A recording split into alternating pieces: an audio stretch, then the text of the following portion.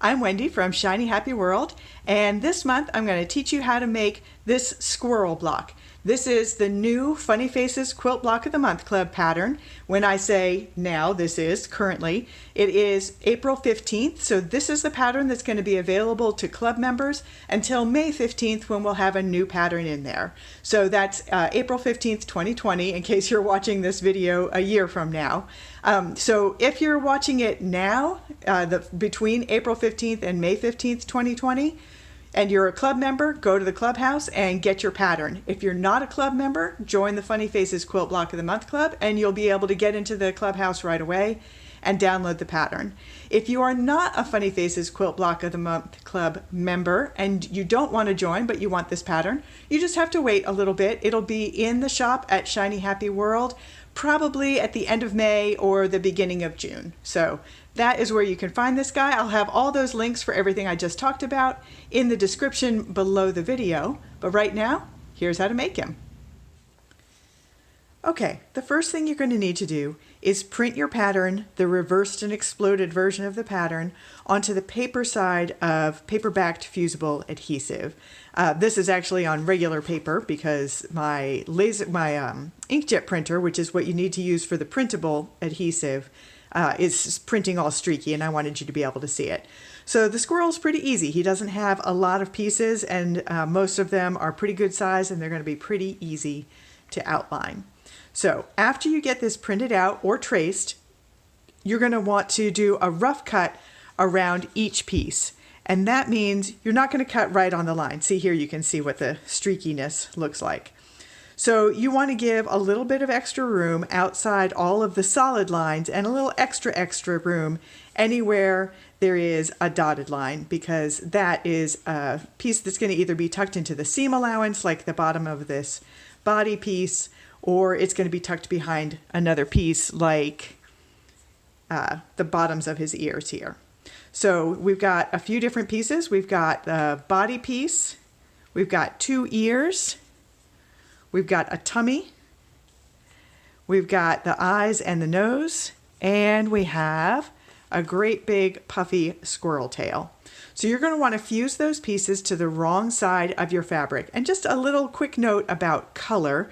Anytime I do an animal, I take a look at some actual photos online of what the coloring looks like. And even if you're doing crazy colors like a purple squirrel, it helps to make your animal still look realistic if you pay attention to which colors are darker than others.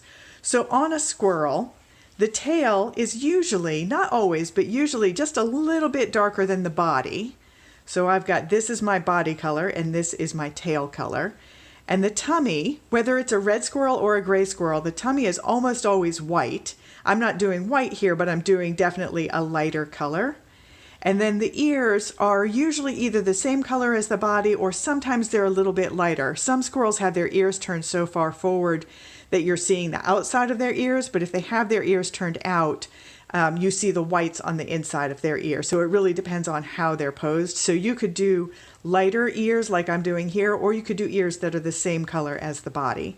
And if you're using striped fabric, for example, a fabric that has a direction to it, and you wanted to make your ears the same color, just change the angle of the stripes, and that will help show a line between the head and the ears. That's just a nice little trick. If you're using gingham, you can do the body maybe straight up and down and make the ears be at an angle. There's a lot of things you can do that play with even a very subtle direction of the fabric to give yourself a difference between those different colors. And then the eyes and the nose, I always just do in solid black. So after you do the rough cut, then it's time, and the fuse, then it's time to do the clean cut. And the reason that I do a rough cut first and then fuse it and then cut it out, the clean cut, is this way that adhesive goes right up to the edge of the fabric. This actually looks like a little bit of fabric peeking out. It's not. That's the badly streaky line that my printer is doing right now. So you're going to cut right on all of the solid lines, and you're going to leave a little bit of extra wherever there's a dashed line. So I've got this all the same pieces, and we've done that with. The last thing you're going to want to do before you start layering the pieces together is transfer the markings from the face onto the front of the fabric. And if you do it now while the paper is fused onto it, it's very easy to hold this up into a window with some light shining behind it. And even a very dark fabric, you're going to be able to see those lines that are printed on the fabric through on the front side. And I just use a regular fine tip Sharpie, nothing fancy, and I draw right on any of the lines that I'm going to be stitching. So his eyebrows and his mouth and that little line connecting his nose to his mouth. And I draw just a little bit inside the lines. You can see his eyes are actually quite a bit bigger than these little marks that I've made. I do just inside the lines of anywhere there's going to be an applique piece. That way I don't have to be super careful about where I place the piece. I just need to cover up those markings. Now we're going to start layering it together. Okay, we're going to start with the big puffy tail, and I'm lining the bottom edge up with the bottom edge of the block. Then we're putting in the body. We're overlapping that bit of the tail. Now it's time for the first ear.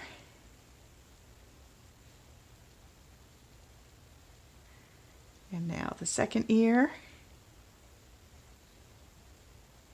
And just tuck those behind the head. That looks good. And now his tummy. And his nose. I'm just lining up the point of the nose with that line.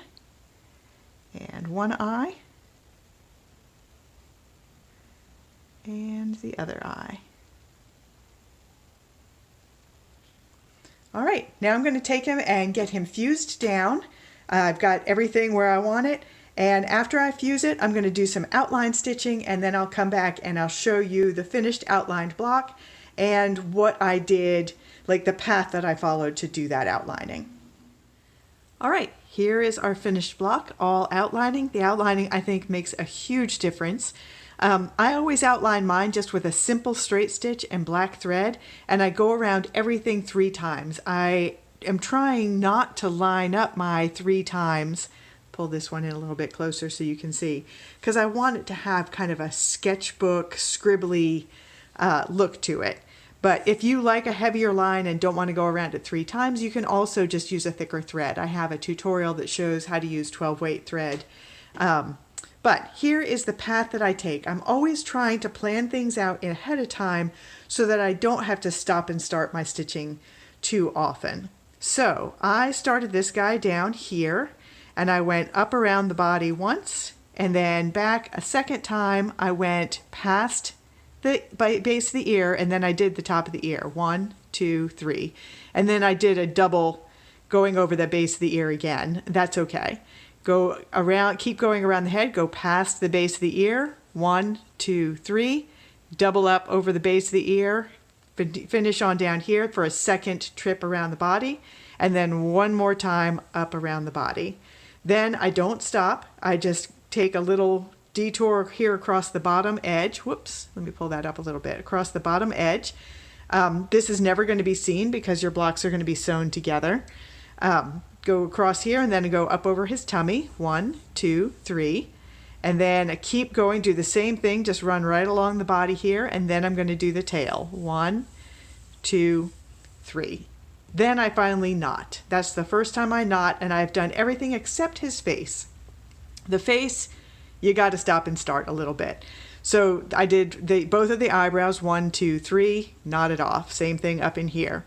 I only go around the eyes once because it's black on black and you can't see that stitching anyway. I also only go around the nose once, but I incorporate the mouth into my nose stitching. So I start usually right along this straight edge here. And I go once all the way around the nose, and then I continue down to that point. And then I go down, over, and then I'm going to, so that has done, let me back up. So I've done one pass here once. Now I'm doubling up this side and doing my first pass over here, doubling up here, and all the way back up into his nose. That's only 2 trips around, but I like making it super easy like that. So I do the same thing again for basically 4 lines of stitching on the mouth. And that's okay because it's good for the mouth to have a little extra emphasis. So go down again, down, up, back to the center, and back up. Tie it off, and you are done with all of the outline stitching. And here are the finished blocks in some different colors that I've done. So I've got the kind of natural colors. I did a gray squirrel because I live on the East Coast and we have gray squirrels here. And you guys saw a peek at the purple squirrel. So we've got a purple squirrel here for people that live in Rainbow Land. And then I've got one more squirrel. So this one, whoop, let me back up this camera a little bit so you can see the whole thing. So this is one of my Polaroid blocks, and there's a free tutorial on the site that shows you how to frame this out, how you can take any block and give it a Polaroid framing around it, and you can do a whole quilt of Polaroid blocks, and that's what I'm doing with the next kind of dozen Funny Faces Quilt Block of the Month blocks. But this is the squirrel done in a different fabric. So this one he's done in batik fabric, and this is the same gray fabric for his tail, his body, and his ears. But batik is so dappley, I like how that looks. He's got the same white tummy that the gray squirrel had, and this guy is wearing a little party hat because all of the ones in my Polaroid quilt are going to be wearing party hats. So it's like this, these are pictures taken at a big birthday party. So that is the final option of the new squirrel block, the new Funny Faces Quilt Block of the Month pattern. I'll be back next month with a new funny face.